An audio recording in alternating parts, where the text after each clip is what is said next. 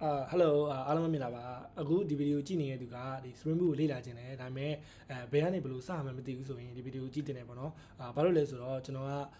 ဒီဗီဒီယိုထဲမှာ Spring Boot ရဲ့ roadmap အကြောင်းကိုပြပြပေးသွားမှာဖြစ်လို့ပေါ့နော်ပထမဆုံးအနေနဲ့ဒါက Spring Boot series ရဲ့ပထမဆုံးဗီဒီယိုပေါ့နော်ကျွန်တော်ဒီဗီဒီယိုထဲမှာဆိုရင်Spring Boot ရဲ့ဘယ်လို topic တွေကိုကျွန်တော် cover လုပ်သွားမလဲဆိုတဲ့အကြောင်းကိုပြောပြသွားမှာပေါ့နော်ကျွန်တော်ကတော့အပိုင်း၄ပိုင်းခွဲထားရပေါ့နော် foundation ရဲ့ဒီ data and transition data ဆိုတာတော့ဒီ Spring Data GPU ကိုပြောတာပေါ့နော်နောက်တစ်ခုကကျတော့ဒီ Crockett concept ပေါ့နော်နောက်တစ်ခုကကျတော့ advanced ဆိုပြီးကျွန်တော်၄မျိုးခွဲထားရပေါ့နော်ကျွန်တော်ကဒီဗီဒီယိုထဲမှာတော့ကျွန်တော် cover လုပ်မဲ့ topic တွေကိုပြပြပေးသွားမှာပေါ့နော်ဒါပေမဲ့အကောင်တွေကိုတော့ကျွန်တော် overall ပဲပြပြပေးသွားမှာပေါ့နော်ပထမဆုံးအနေနဲ့ဒီ Code Foundation မှာတော့ကျွန်တော် layer architecture တွေ annotation အကြောင်းတွေဒီ business application content တွေ dependency injection တွေအကြောင်းပါအောင်ပေါ့နော်layer architecture ကဘာလဲဆိုတော့ဗျာကျွန်တော်တို့ Spring app ကိုရေးရချင်မှာကျွန်တော်တို့က layer တွေခွဲပြီးရေးတာပေါ့နော်ဥပမာ word request ဆိုလို့ရှိရင် controller မှာရေးမယ်ဒီ business logic တွေဆိုလို့ရှိရင် service layer မှာရေးမယ်ဒီdatabase နဲ့ဆိုင်တဲ့ database နဲ့ဆိုင်တဲ့ဟာတွေဆိုကျွန်တော် repository မှာရေးမှာပေါ့နော်အဲ့လိုမျိုးပဲねဒီ database နဲ့ဆိုင်တဲ့ဟာတွေကို controller မှာရေးလို့ရှိရင်ကျွန်တော် application က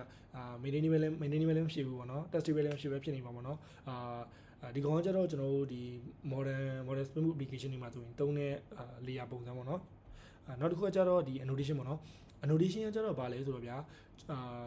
ကျွန်တော်တို့ကဒီ method မှာဖြစ်ဖြစ် Spring မှာဖြစ်ဟိုဗာလဲ method မှာဖြစ်ဖြစ် class level မှာဖြစ်ဖြစ် annotation တက်လိုက်တယ်ဆိုလို့ရှိရင် annotation add နဲ့စတာပေါ့ဗျာသိရမလား add component ဖြစ်ဖြစ်အဲ့လိုမျိုးတက်လိုက်တယ်ဆိုလို့ရှိရင်Spring ကိုဒီ class ဒီ method ကိုဘယ်လိုမျိုး treat လုပ်ပါဆိုပြီး Spring ကိုပြောလိုက်တယ်တူတူပဲပေါ့နော်ပြောချင်တာက annotation ဆိုတာကframework ကိုပေးတဲ့ဒီ instruction တက်တဲ့ instruction ပေါ့နော်bean နဲ့ application code တက်ပေါ့နော်bean ဆိုတာကဘာလဲဆိုတော့ဗျာ bean ဆိုတာကကျတော့Java bean ဆိုတာ Java object ကိုပြောတာပေါ့နော်ဘယ်လို Java object လဲဆိုတော့ Spring ကဒီ Spring က create လုပ်တယ် manage လုပ်တဲ့ object တွေကိုကျွန်တော်တို့က bean လို့ခေါ်တာပေါ့နော်ဒီအဲ့ဒီဟို application content ဆိုတာကကျတော့ဒီအဲ့ဒီ bean တွေက application content တဲ့ application content ကကျတော့အဲ့ဒီ bean တွေကို hold လုပ်ထားတာပေါ့နော် hold လုပ်ပြီးတော့သူတို့ wire လုပ်ထားတာပေါ့နော်wire လုပ်ထားတာပေါ့နော်ဒီ topic တွေကိုကျွန်တော်ကနောက်သူ့ရဲ့ single video ကြရင်တော့ကျွန်တော်သေချာရှင်းပြမယ်ပေါ့နော်နောက်တစ်ခုကျတော့ dependency injection တို့ဒီ immersion control တို့ပေါ့နော်သူတို့ကလည်းဒီကောင်တွေကလည်းအရေးကြီးတဲ့ concept တွေပေါ့နော် Spring မှာဆိုလို့ရှိရင်ဘယ်လိုမျိုးလဲဆိုတော့ဗျာကျွန်တော်တို့ကလိုအပ်တဲ့နေရာမှာကျွန်တော်တို့ကိုယ်တိုင်ဒီ object တွေကိုမစောက်ဘဲနဲ့လိုအပ်လာလို့ရှိရင် Spring ကကျွန်တော်တို့အတွက် automatically ingest လုပ်ပေးတယ်ဆိုတဲ့သဘောပေါ့နော်ပြောချင်တာကဗျာဒီကောင်တွေကကျွန်တော်တို့ loose ကျွန်တော်က application တစ်ခုကိုရေးလို့ရှိရင် loose coupling ဖြစ်အောင်ရေးရတယ်ပေါ့နော်dependency injection မှာဆိုလို့ရှိရင်လည်း၃မျိုးရှိတယ်ပေါ့နော် v injection တို့ setter injection constructor injection တို့ပေါ့နော်အခုလက်ထိအခုအကောင်းဆုံးကတော့ကျွန်တော်တို့ constructor injection ပေါ့နော်နောက်တစ်ခုကျတော့ဒီ Spring Data GPU နဲ့ transition ပေါ့နော်Spring Data GPU ကကျတော့ဗာလဲဆိုတော့ကျွန်တော်က SQL query တွေကိုမရေးဘဲနဲ့Java object တွေ method တွေကိုသုံးပြီးတော့ဒီ Java object တွေ method တွေကိုသုံးပြီးတော့ဒီ database နဲ့အလုပ်လုပ်နိုင်တဲ့ layer တစ်ခုပေါ့နော်ဒီနေရာမှာသိရမှာက Spring Data GPU ကကျတော့ဒီဟို specification သက်သက်ပဲပေါ့နော်သူ့ရဲ့ underlying engine က Hibernate ပေါ့နော်ပြောချင်တာကဗျာ Spring Data GPU က annotation တွေဒီ rule တွေပဲပါတာပေါ့နော်တကယ်သူ့ရဲ့နောက်ွယ်မှာ ORM နဲ့တကယ်အလုပ်လုပ်တာပါညာကျတော့ဒီ Hibernate ကအလုပ်လုပ်တာပေါ့နော်နောက်တစ်ချက်က Spring Data GPU က relational database တွေနဲ့အလုပ်လုပ်တာပေါ့နော်ဥပမာဗာလဲ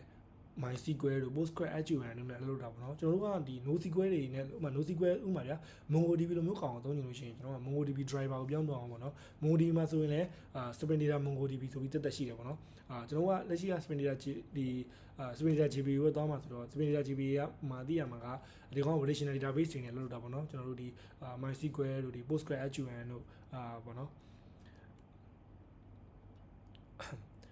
နောက်တစ်ခုကကျတော့ transition ပေါ့နော် transition ကကျတော့ဗာလဲဆိုတော့ဗျာဒီ single unit တစ်ခုအတွင်းမှာ multiple database operation ကို wrap လုပ်ထားရဲဆိုတဲ့သဘောပေါ့နော်ပြောချင်တာကဗျာ all or nothing ဗျာအောင်ရင်လည်းအကုန်လုံးအောင်မယ်fail လို့ရှိရင်လည်းအကုန်လုံး fail မယ်ဆိုတဲ့သဘောပေါ့နော်ပြောချင်တဲ့သဘောကဗျာဗာလဲဆိုတော့ဥပမာဆိုလို့ရှိရင်ဗျာuser account A က user account B စီကိုပတ်သက်လွှဲလိုက်တယ် user account 9000လွှဲလိုက်တယ်ဗျာ user account A မှာ9000နှုတ်သွားပြီးတော့ user account B မှာ9000မရောက်ဘူးဆိုလို့ရှိရင်အဲ့ဒါကျွန်တော်တို့ပြဿနာဖြစ်သွားပြီပေါ့နော်အဲ့လိုမရောက်ဘူးဆိုလို့ရှိရင်ပြဿနာဖြစ်သွားမှာပေါ့နော်ငါစီမှာနှုတ်သွားပြီမင်းစီကမရောက်ဘူးဆိုကျွန်တော်ပြဿနာတွေပါတာဖြစ်မှာပေါ့နော်တကယ်တမ်းအဲ့လိုမျိုး case မဖြစ်အောင် transition နဲ့ထိန်းအောင်ပေါ့နော်တကယ်လို့ဒီ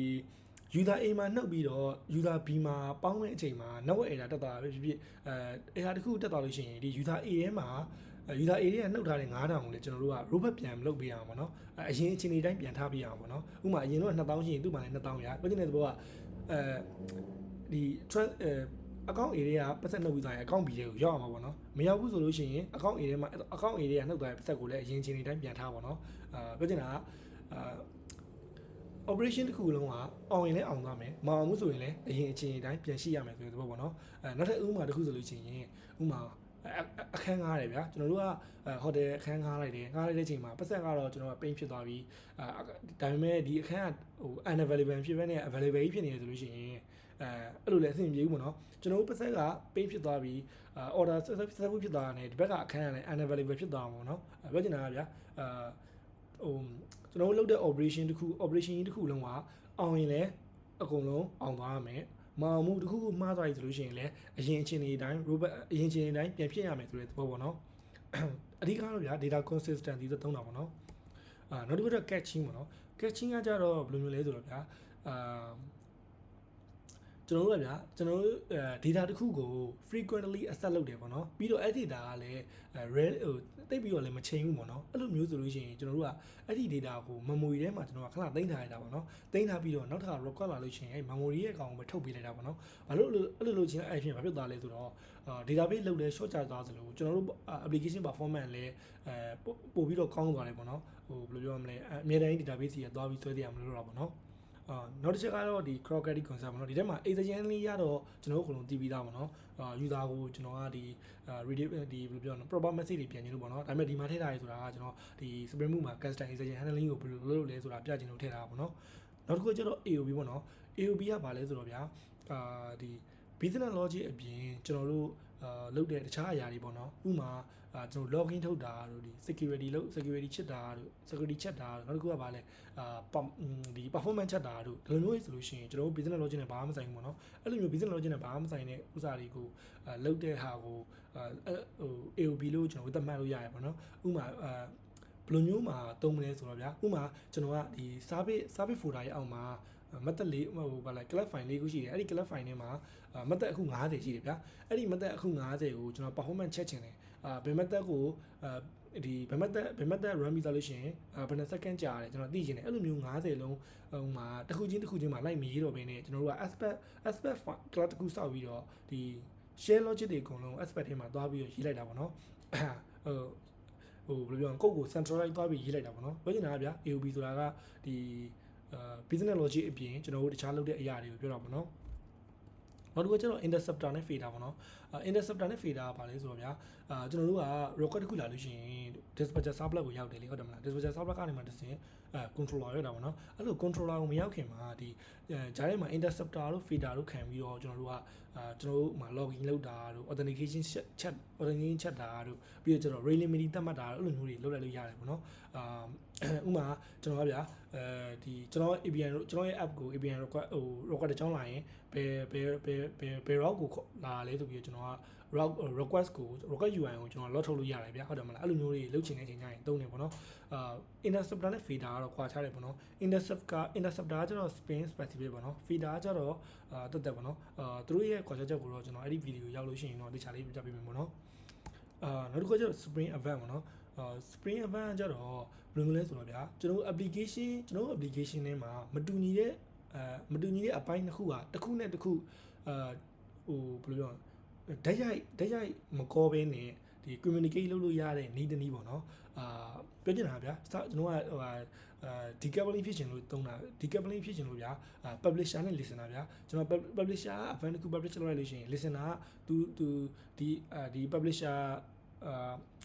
လုပ်လိုက်တဲ့ event ကို listener နားထောင်ပြီးတော့သူ process လုပ်တာပေါ့နော်ဘယ်လိုမျိုးလဲဆိုတော့ဗျာကျွန်တော် user registration form တခုကို user registration လုပ်တဲ့အချိန်မှာကျွန်တော်ကဘယ်လိုပြောမလဲ user ကို welcome email ပို့ခြင်းတယ်ပေါ့နော် user ကို welcome email ပို့ခြင်းတယ်ဒီ profile create လုပ်ခြင်းတယ်အဲ့လိုမျိုးအချိန်မှာဒီ register ဆိုတဲ့ method တစ်ခုထဲမှာပဲကျွန်တော်ကမလုပ်တော့ဘဲနဲ့ user email ပို့တာကိုကျွန်တော်ကဒီ user register ဆိုတဲ့ event တစ်ခု publish လုပ်လိုက်ပြီးတော့အဲ့ဒီ event publish လုပ်ပြီးတော့အဲ့ဒီ event ကို publish လုပ်အဲ့ဒီ event ကိုနားထောင်နေတဲ့ကောင်ကျမှဒီထဲမှာ email ပို့တာဖြစ်ဖြစ်ဘာဖြစ်ဖြစ်ကျွန်တော်ကတစ်ခုလုပ်တာပေါ့နော်အဓိကတော့ဒီ carry ဖြစ်စင်လို့ပေါ့နော်ကိုယ့်ကိုလည်း independent ဖြစ်စေတာဖြစ်စေခြင်းလို့ပေါ့နော်နောက်တစ်ခုကျတော့ဒီကတော့ Spring Security ပေါ့နော် Spring Security ကတော့ကျွန်တော်တို့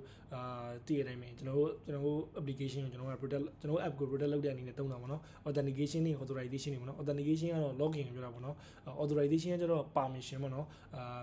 login ဝင်တာဟုတ်ပြီမိမဘယ် result တွေကို access လုပ်နိုင်တဲ့ permission ရှိလဲဆိုပြီးတော့စစ်တာပေါ့နော်security ကိုတော့တော်တော်များများတည်ရလို့ကျွန်တော်ယုံကြည်တယ်ပေါ့နော်ဟုတ်နောက်တစ်ခုကျတော့ Spring Batch ပေါ့နော်Spring Batch ကကျတော့ဗာလဲဆိုတော့ကျွန်တော်တို့ဗျာဒီ large volume of data တွေကို process လုပ်တဲ့အချိန်မှာသုံးတာပေါ့နော်ကျွန်တော်တို့ဗျာဒီ CSV file ဒီ 1 million record လောက်ပါတဲ့ CSV file ကို import လုပ်တဲ့အချိန်မှာပုံမှ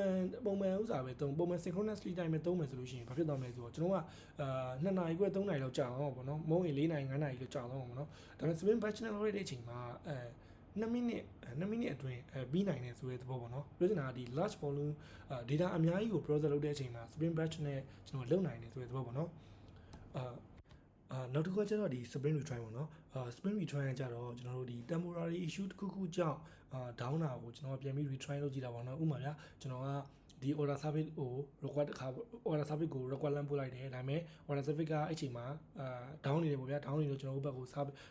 error တက်ပြန်လာတယ်ပေါ့ဗျာ state 903ဖြစ်ဖြစ်တခုဖြစ်ပေါ့နော်အဲ့လိုတက်ပြန်လာတဲ့အချိန်မှာကျွန်တော်တို့ကတန်းပြီးတော့ကျွန်တော်တို့ application ကိုstop ဟိုဘယ်လိုပြောမလဲ error သလုံးပြစ်လိုက်ပဲနဲ့ခဏစောင့်ရတယ်ပေါ့ဗျာ5 second လောက်ခဏစောင့်ရတယ်ပြီးတော့ retry ပြန်လုပ်ကြည့်လိုက်တယ်အဆင်ပြေမလားလို့ပေါ့နော်အဲ့တော့ကျွန်တော်တို့ဒီ temporary issue တစ်ခုကြောင့်fail လို့ရှိရင်ကျွန်တော်တို့က retry ပြန်လုပ်တယ်ဆိုတဲ့သဘောပေါ့နော်ဒါကကျတော့ကျွန်တော်စီရင်မှုမှာဘယ်လိုမျိုး topic တွေကို cover လုပ်သွားမလဲဆိုတဲ့အကြောင်းကိုပြောတဲ့ဗီဒီယိုပေါ့နော်ဒါပေမဲ့ဒီဗီဒီယိုမှာကျတော့ overall ပြောတာပေါ့နော်ကျွန်တော် specific ဗီဒီယိုမှာတော့ဒီပြပြသွားမယ်ပေါ့နော်ဥပမာ bin ဆိုလို့ရှိရင်လည်းbin ကိုဘယ်လို bin ကို create လုပ်တဲ့ bin ကိုဘယ်လို create လုပ်မလဲ bin ကိုဘယ်လို customize လုပ်မလဲ bin ရဲ့ default code တွေကဘာတွေလဲဥပမာဒီ annotation ဆိုလို့ရှိရင်လည်း annotation တွေအကုန်လုံး annotation Spring ရဲ့ annotation တွေကိုရှင်းပြမယ်ပြီးတော့annotation တွေကိုတစ်ခုချင်းစီ annotation တွေကိုဘယ်လိုသုံးလဲပြပေးသွားမယ်ပေါ့နော်ဒီဗီဒီယိုကတော့ဒီလောက်ပဲပေါ့နော်ကျွန်တော်နောက်ဗီဒီယိုကြားလို့ရှိရင်တော့ဒီ Spring Boot ဆိုတာ Spring Boot ကဘာလဲSpring Boot ကဘယ်လိုပြဿနာတွေဖြေရှင်းပေးရလဲပြီးတော့layer architecture တွေကိုဒီ code implementation နောက်ဗီဒီယိုစပြီးတော့ code implementation နဲ့သွားမယ်လို့ကျွန်တော်စဉ်းစားထားရပါတော့ဟုတ်အဆုံးထိရှိပြီးရတဲ့အတွက်ကျေးဇူးတင်ပါတယ်